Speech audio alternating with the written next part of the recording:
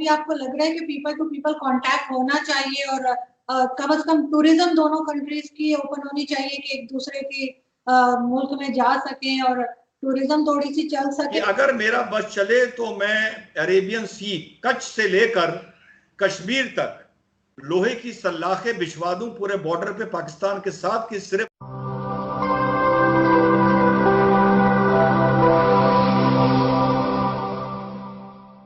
सबसे पहले तो sir, as a Indian Muslim आप क्या समझते हैं कि इंडिया में जो है वो पाकिस्तान के बारे में इंडियन मुस्लिम्स क्या सोचते हैं? देखिए, as an Indian who happens to be a Muslim, Pakistan के बारे में लगभग हम लोग, ये एक हमारा ओपिनियन है, जहां तक मेरा ओपिनियन है, कि पाकिस्तान का जो वजूद है उससे भारत का, हमारा मुस्लिम्स का डबल डबल नुकसान हो रहा है बनिस्बत हमारे देश के हिंदुओं के। क्योंकि हिंदू को ऐसा लगता है कि पाकिस्तान एक ऐसा मुल्क है जो भारत को खुशहाल नहीं देखना चाहता, उसके इश्यूज हैं, पॉलिटिकल इश्यूज हैं इंडिया के साथ, 2-3 जंगें हमारी, 4 जंग हो चुकी हैं, टेररिज्म हो चुका है। तो बेसिकली जो हमारे देश का हिंदू है वो ये मान के चलता है that Pakistan as a nation, it is not a friendly nation to us. But आपने मुझसे अगर पूछा एज अ मुस्लिम, मेरी पाकिस्तान से 2 शिकायतें हैं। एक तो एज एन इंडियन मेरी शिकायत है, जो हर हिंदू की शिकायत है, और दूसरी एज अ मुस्लिम जो मेरी शिकायत है कि सिर्फ हमारे मुल्क के लिए ही नहीं, हमारी कौम के लिए भी पाकिस्तान की जो आइडियोलॉजी है वो डिटरमेंटल है। हमारी कौम को इंडिया में पाकिस्तान की सोच से, पाकिस्तान की हरकतों से नुकसान होता है। और आपका ये जो मंच है इसको मैं इसलिए भी इस्तेमाल करना चाहता हूं, आप ये बात बोलना चाहता हूं इंडियन मुस्लिम से, कि हमारे 4 विवाद इस देश के इंटरनल हो सकते हैं, किसी पॉलिटिकल पार्टी से हो सकते हैं, किसी आइडियोलॉजी से हो सकते हैं, but when it comes to Pakistan we should stand united and we should not let और अलाउ पाकिस्तान की वो हमारी मुस्लिम साइकी को किसी भी तरह इंडिया में इन्फ्लुएंस करे to settle our internal misunderstanding within the nation, means within India. तो सर, आपके ख्याल से रिलेशंस अच्छे कभी नहीं हो सकते? जैसे पाकिस्तानी आर्टिस्ट इंडिया जाते हैं, आपके ख्याल से जाना चाहिए इंडियन फिल्म्स में, उनको काम करना चाहिए, उनको बुलाना चाहिए इंडियंस को? देखिए, हमारे 2 कुनबे हैं। अगर एक कुनबे में दूसरे कुनबे का कोई आदमी आके किसी को कत्ल कर देता है, तो जिस कुनबे का आदमी कत्ल होता है उसकी क्या जिम्मेदारी है? उसकी यह जिम्मेदारी है कि दूसरे कुनबे से वो दूर रहे। अब जरूरी नहीं कि दूसरे कुनबे का हर आदमी कातिल हो, ये जरूरी नहीं है, लेकिन एक कॉमन सेंस ये कहती है कि भैया तुमने हमारे कुनबे का एक भाई को कत्ल किया है, एक भाई को, इसलिए हम तुमसे दूर रहना चाहते हैं किसी भी फॉर्म में। ये बात आप भी सोच सकते हैं। अगर आपको ऐसा लगता है कि हिंदुस्तान की गवर्नमेंट्स ने over a period of time पाकिस्तानियों को, इनोसेंट पाकिस्तानियों को मरवाया, तो आप भी ऐसा सोचिए, ये आपकी लिबर्टी है। I am not here to impress my opinion over you. तो ये बात हुई एक कत्ल की। मेरा ये मानना है कि सन 50 के बाद अगर हम सारी जंगें देख लें, हम कारगिल देख लें, हम पंजाब का टेररिज्म देख लें, हम कश्मीर का टेररिज्म देख लें, हम भारत में जो टेररिज्म हुआ उसको देख लें, तो हमारे फौजी मिला के, हमारे बेगुनाहों को मिला के, कश्मीरी भाइयों को मिला के, पंजाबी हिंदुओं को बुला के, सबको मिला के कम से कम 1.5 लाख हमारे कुनबे के ऐसे भाई हैं बेगुनाह, जिनको मैं मानता हूं कि पाकिस्तान की वजह से कत्ल किया गया है। सो आप एक कॉमन सेंस से बताइए कि अगर एक कुनबे का आदमी दूसरे कुनबे के आदमी को कत्ल करेगा और मेरी यहां कोई शादी होगी, तो क्या मैं कत्ल करने वाले कुनबे से ऑर्केस्ट्रा पार्टी बुलाऊंगा अपनी शादी में परफॉर्म करने के लिए? भले ऑर्केस्ट्रा पार्टी में कोई भी कातिल ना हो, लेकिन मैं नहीं बुलाऊंगा। तो भारत मेरा कुनबा है। मैं ये मानता हूं कि आपके कुनबे ने मेरे कुनबे के बेगुनाहों का कत्ल कराया और करवाया है, इसलिए आपके कुनबे से हर तरीके से मैं पर्सनली तौर पे as an Indian and as an Indian Muslim दूर रहना चाहता हूं। इसलिए मैं आपके स्टार से भी दूर रहना चाहता हूं, आपके कलाकार से भी दूर रहना चाहता हूं, आपके क्रिकेटर से भी दूर रहना चाहता हूं। बहुत अच्छे क्रिकेटर हैं, बहुत अच्छे स्टार हैं, बहुत अच्छा गाते हैं, बहुत अच्छा नाचते हैं, वेरी गुड। लेकिन अगर मेरी गवर्नमेंट एक ऐसी पॉलिसी बनाए कि किसी भी कंडीशन में आपके कुनबे का आदमी हमारे कुनबे में नहीं आएगा, तो I will always welcome it. और दूसरी बात है, एक दूसरा ऑप्शन भी आपको देता हूं। अगर किसी आपके कलाकार को भारत आना है, तो my government should have a simple policy कि आप आइए, या परफॉर्म करिए, पैसा कमाइए, बहुत अच्छी बात है, बहुत अच्छी बात है। पूरी दुनिया एक ग्लोब है, it is an open world now. लेकिन इसका एक पैरामीटर होना चाहिए कि आपका कोई भी जब यहां कलाकार आएगा, ही शुड एडमिट कि yes, Pakistan nurtures and exports terror. अगर वो ये बात बोलता है, वी कैन वेलकम हिम। अगर वो नहीं बोलता है, तो we should not welcome him. मेरी ये एटीट्यूड पिछले 20 साल से है, और चाहे यूपीए की गवर्नमेंट हो, चाहे एनडीए की गवर्नमेंट हो, मेरी इन दोनों गवर्नमेंट से ये शिकायत रहती है कि पाकिस्तान को हम लोग उस तरह हैंडल नहीं करते जिस तरह उस कुनबे को करना चाहिए, जिसने हमारे कुनबे के 1.5 लाख आदमी शहीद किए हैं। लेकिन सर, आप लोग अपने यहाँ नहीं देखते कि आपके यहाँ कश्मीर में लोग खुद उठ रहे हैं, जो पाकिस्तान कहता है।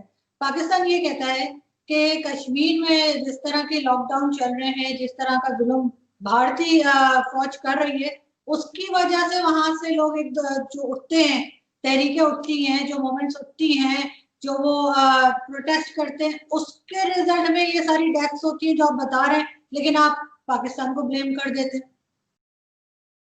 यानी आपकी वजह से कारगिल भी इस वजह से हुआ था कि कारगिल में सारे कश्मीरी लड़के पहाड़ों पर चढ़ के बैठ गए थे। आपके हिसाब से पंजाब टेरर भी कश्मीर की वजह से हुआ था। आपकी वजह से हिंदुस्तान में जितना टेरर फैला वो भी कश्मीर की वजह से हुआ था। देखिए, यही तो मैं आरजू जी कह रहा हूं। आप अपने को डिफेंड क्यों कर रही हैं? बिल्कुल ना डिफेंड करिए। मेरा सिंपल सा कहना यह है कि पहले भी मैंने कहा कि आपको अगर हमारे कंट्री से शिकायत है, अगर आपके कलाकारों को वो कलमा पढ़ते हैं, अल्लाह पे यकीन करते हैं, अगर उनके लगता है कि हिंदुस्तान के काफिर, हिंदुस्तान की फौज कश्मीरियों पे जुल्म कर रही है, तो उनको तो वैसे ही हिंदुस्तान नहीं आना चाहिए। वो आते क्यों हैं? उन्हें नहीं आना। यही तो मेरा आर्गुमेंट है। देखिए आपसे कि अगर आप मानते हैं कि हम किसी मुसलमानों पर यहां जुल्म कर रहे हैं, तो आप हमारे मुल्क नाचने गाने ना आइए ना। यही तो मेरा लॉजिक था जो मैंने आपसे बोली। जब रिश्ते खराब हैं तो ना आइए, क्या जरूरत है आने की? नहीं, वो तो ठीक है, लेकिन आप समझते हैं डॉक्टर साहब कि एज अ लॉयर, जैसे आप जो चाइना और इंडिया के दरमियान जो एग्रीमेंट है कि जी गोली नहीं चलेगी, तो ये पाकिस्तान और भारत भी क्यों नहीं कर लेते? क्योंकि हर रोज जो है लाइन ऑफ कंट्रोल पे लोग मारे जाते हैं, चाहे वो इधर के हों या दूसरी साइड के हों। क्यों नहीं? बिल्कुल उनकी बिल्कुल बिल्कुल। मैं वेरी गुड क्वेश्चन, मैं आपको इसका बहुत ही सिंपल जवाब दूं। पाकिस्तान के साथ देखिए, आप लोगों की सबसे बड़ी प्रॉब्लम एज ए नेशन जो है वो ये है कि आप लोगों की यहां कोई सिंगल पावर सेंटर नहीं है जिससे हमारी गवर्नमेंट बात करके एक लॉजिकल कंक्लूजन तक पहुंचे। आपकी यहां इलेक्टेड गवर्नमेंट भी एक देखिए पावर सेंटर है, आपकी यहां आर्मी भी एक पावर सेंटर है, विद इन द आर्मी आपके यहां ISI भी एक पावर सेंटर है, एंड इन तीनों के अलावा नॉन स्टेट एक्टर्स भी आपके यहां एक पावर सेंटर है। अब जब कारगिल का युद्ध लड़ा गया और 3000 आपके, मैं चलिए उनको इज्जत देने के लिए आपका चैनल है, लड़ा के ही बोल देता हूं, टेररिस्ट नहीं बोलूंगा, प्राइवेट लोग, सिविलियन लोग आके कारगिल की पहाड़ियों पर बैठ गए, तो आप ही के प्राइम मिनिस्टर ये कह रहे थे कि भाई मुझे तो पता ही नहीं था कि ये हो रहा है।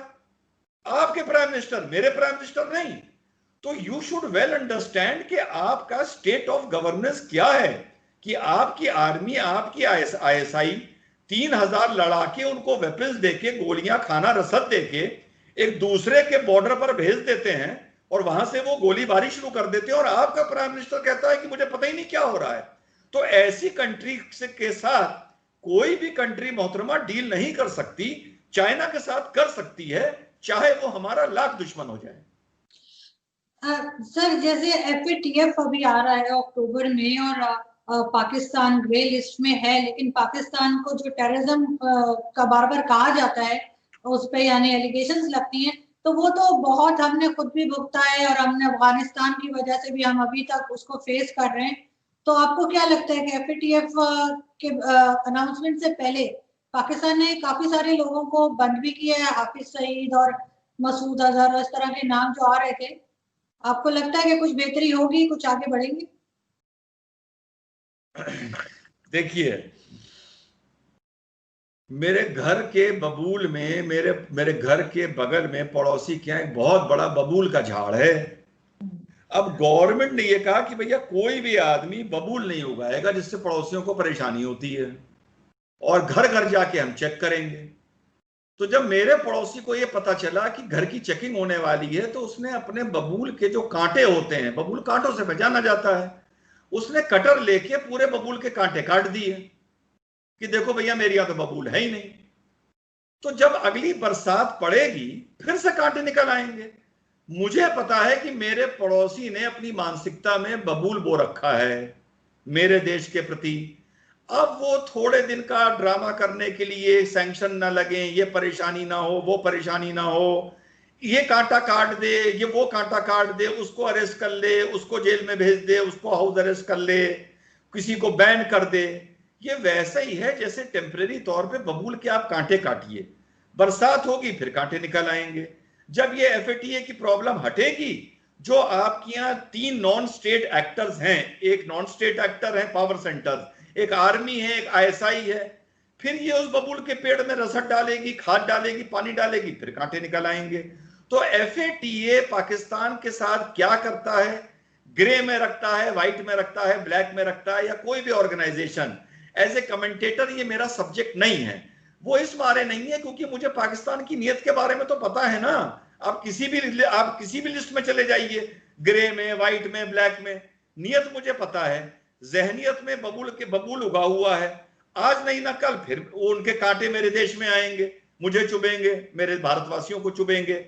तो पाकिस्तान चाहे जितना भी कोशिश कर ले, ड्रामा कर ले, मैं चाइना पर यकीन करूंगा, मैं इंडिया का कोई और दुश्मन, अफगानिस्तान पर भी यकीन करूंगा, मैं इराक पे यकीन करूंगा, मैं बांग्लादेश पर यकीन करूंगा, मैं सऊदी पर भी यकीन कर सकता हूं, यूएई पे कर सकता हूं, लेकिन पाकिस्तान पर एज अ कमेंटेटर ना मुझे कभी यकीन था, ना है, और ना कभी होगा। ये तो आप बहुत सख्त बात कर रहे हैं। मैं इतना ही सख्त हूं पाकिस्तान को लेके, जिसने 1.5 लाख मेरे बेगुनाहों को शहीद कर दिया, मेरी बहनों को बेवा कर दिया, मेरे देश के छोटे छोटे बच्चों को यतीम कर दिया, उस कुनबे के लिए मैं इतना ही सख्त हूं, और इंशाल्लाह कब्र तक जाने तक मैं इतना ही सख्त रहूंगा। मेरी तो ख्वाहिश है कि एक दिन आपका ये ओपिनियन चेंज हो। लेकिन सर, अभी थोड़े दिन पहले पाकिस्तान में शिया सुन्नी जो है वो एक टेंशन चल रही थी, आपके ख्याल से ऐसा क्यों होता है, और क्या इसका इफेक्ट भारत पे भी पड़ सकता है? देखिए, जहां तक भारत की बात है, यहां पर शिया सुन्नी जो इश्यूज थे वो अगर आज भी मौजूद हैं, लेकिन वो सॉर्ट आउट होते जा रहे हैं, वो सॉल्व होते जा रहे हैं। जो हमारे लखनऊ एक बहुत बड़ा शिया सेंटर है नॉर्थ इंडिया का, यहाँ पर हर साल, हर दूसरे साल कोई ना कोई ऐसा मुहर्रम में पथराव हो जाता था, लेकिन अब धीरे धीरे वो चीज़ सॉर्ट आउट हो गई है। गवर्नमेंट्स ने भी आपस में इस चीज़ को बहुत अच्छी तरह सेटल किया है। और जहाँ तक पाकिस्तान की बात है, तो पाकिस्तान में विद इन द कम्युनिटी बहुत सारे फ्रिक्शंस हैं, सिर्फ शिया सुन्नी नहीं है, शिया सुन्नी हैं, फिर पंजाबियों से बहुत से आप लोगों के से इश्यूज हैं, पंजाबीज बंगालीज के कितने बड़े इश्यूज रहे हैं, बलूच के साथ आप लोग के इश्यूज हैं, अहमदियाज के साथ आप लोग के इश्यूज हैं। और आज अगर हम अपना कश्मीर, जो हमारा कश्मीर है श्रीनगर, उसको तश्तरी पर रखकर आपके हवाले कर दें, आपको दे दें, कहें भैया चलो ये हिस्सा भी तुम्हारा हुआ, तो यकीन करिए आने वाले 5 से 10 साल के बीच में पाकिस्तान इन्हीं कश्मीरियों के ऊपर जूते, डंडे और गोली चला रही होगी, और इनसे भी आप लोगों के इश्यू हो जाएंगे। आप लोगों के इश्यू बहुत होते हैं मोहतरमा। नहीं नहीं सर, पाकिस्तान के इश्यू तो होते हैं जैसे आप कह रहे हैं, लेकिन मैं एक आम बात कर रही हूँ कि जो शिया सुन्नी में इश्यूज होते हैं, आपके ख्याल से क्यों होते हैं? एक दूसरे को बर्दाश्त क्यों नहीं कर रहे कहीं भी? देखिए, अब ये तो फिर हम लोगों को 1400 साल पहले जाना पड़ेगा, ये तो पूरी इस्लामिक स्टडी शुरू हो गई। ठीक, हम लोग कहते हैं कि अमेरिका ने, यूरोप ने मुसलमानों में आपस में लड़ाइयां करा रखी हैं, उनको अमेरिका गुमराह करता है। अरे साहब, मुसलमान तो तब से लड़ रहे हैं जब से अमेरिका की खोज नहीं हुई थी। उससे 700 साल पहले से मुसलमान लड़ रहे हैं, जब अमेरिका, लोगों को पता नहीं था कि United States of America exist ही नहीं करता था, इसको ढूंढा ही नहीं गया था। जब Europe as a continent exist ही नहीं करता था, the dark ages of Europe चलती थी। यूरोप तो क्रूसेड्स के टाइम पर 1100-1200 एडी में जाकर ऑर्गेनाइज हुआ है थोड़ा सा, जब क्रूसेड्स हुए हैं मिडिल ईस्ट में, यूरोपियंस आए हैं क्रिश्चियनिटी को का वर्चस्व फिर से कायम करने के लिए। शिया सुन्नी तो पहले से लड़ रहे थे, पर अगर आप मुझसे पूछें, आई एम पक्का सुन्नी मुस्लिम। शिया भी मेरे भाई हैं, अहमदिया भी मेरे भाई हैं, बलूच भी मेरे भाई हैं, कश्मीरी, मैं कोई फर्क नहीं समझता हूं। हिंदू मेरे भाई हैं, सब मेरे भाई हैं, ईसाई मेरे भाई हैं, ज्यूज मेरे भाई हैं। As a human, as a Muslim, as a Sunni या व्हाट्सएवर, मुझे सिखाया ही नहीं गया मोहतरमा, मेरे डीएनए में वो चीज नहीं है, मेरे घर वालों ने मुझे सिखाया ही नहीं कि मजहब के नाम पर, मान्यता के नाम पर, पूजा के नाम पर, नमाज के नाम पर, नमाज के तरीकों के नाम पर किसी से भी दुश्मनी करो। मेरे सिस्टम ही में वो चीज नहीं है। सर ऐसा हो सकता है कभी आपको लग रहा है कि पीपल टू पीपल कांटेक्ट होना चाहिए और कम से कम टूरिज्म दोनों कंट्रीज की ओपन होनी चाहिए कि एक दूसरे के मुल्क में जा सकें और टूरिज्म थोड़ी सी चल सके। बाकी चीजें तो जो डिफरेंसेस हैं वो तो है कश्मीर का, उसको अगर हम साइड पे थोड़ी देर के लिए कर दें, बाकी कुछ हो सकता है कि आपस में लोग आए जाएं और टूरिज्म स्पेशली। एक आपसे हाइपोथेटिकल बात कहूं, जैसे पूछा जाता है ना कभी मिस इंडिया या मिस वर्ल्ड होता है कि अगर आप एक दिन के लिए इंडिया के प्राइम मिनिस्टर बन जाएं तो आप क्या करेंगे। तो चलिए, अगर मेरा बस चले तो मैं अरेबियन सी, कच्छ से लेकर कश्मीर तक लोहे की सलाखें बिछवा दूं पूरे बॉर्डर पे पाकिस्तान के साथ, कि सिर्फ परिंदे और हवा उधर से आए और इधर से उधर जाए। जब तक मेरे देश का एक भी मासूम शहीद बेगुनाह खामखा किसी एजेंडे के चलते या मजहबी दुश्मनी के चलते या पॉलिटिक्स के चलते मेरे देश का शहीद किया जा रहा है, तब तक पाकिस्तान से सिवाय हवा और परिंदों के मेरे देश में कोई नहीं आना चाहिए। और जो भी गवर्नमेंट पाकिस्तान से दोस्ती को प्रमोट करती है या आगे करेगी, मैं उसके खिलाफ बोलूंगा। पाकिस्तान से हमारा मोहतरमा सिर्फ एक रिश्ता हो सकता है कि हमारा आपसे कोई रिश्ता नहीं हो सकता है जब तक आप हमारे बेगुनाहों का खून बहाती रहेंगी। सर ये आपकी एलिगेशन है, आप तो ऐसे परिंदों से भी डर जाते हैं, कबूतर भी पकड़ लेते हैं आपको। नहीं, वो इस मारे पकड़ लेते हैं ना, कबूतर के बहाने ड्रोन भेज देते हैं, पिस्टल और AK-47 लेके। Thank you so much. कभी आपकी ओपिनियन चेंज हो और अच्छे ताल्लुकात हो। बहुत शुक्रिया सर। इंशाल्लाह, इंशाल्लाह, मुझे लगता नहीं चेंज होगी, इंशाल्लाह। Thank you. खुदा हाफिज, खुदा।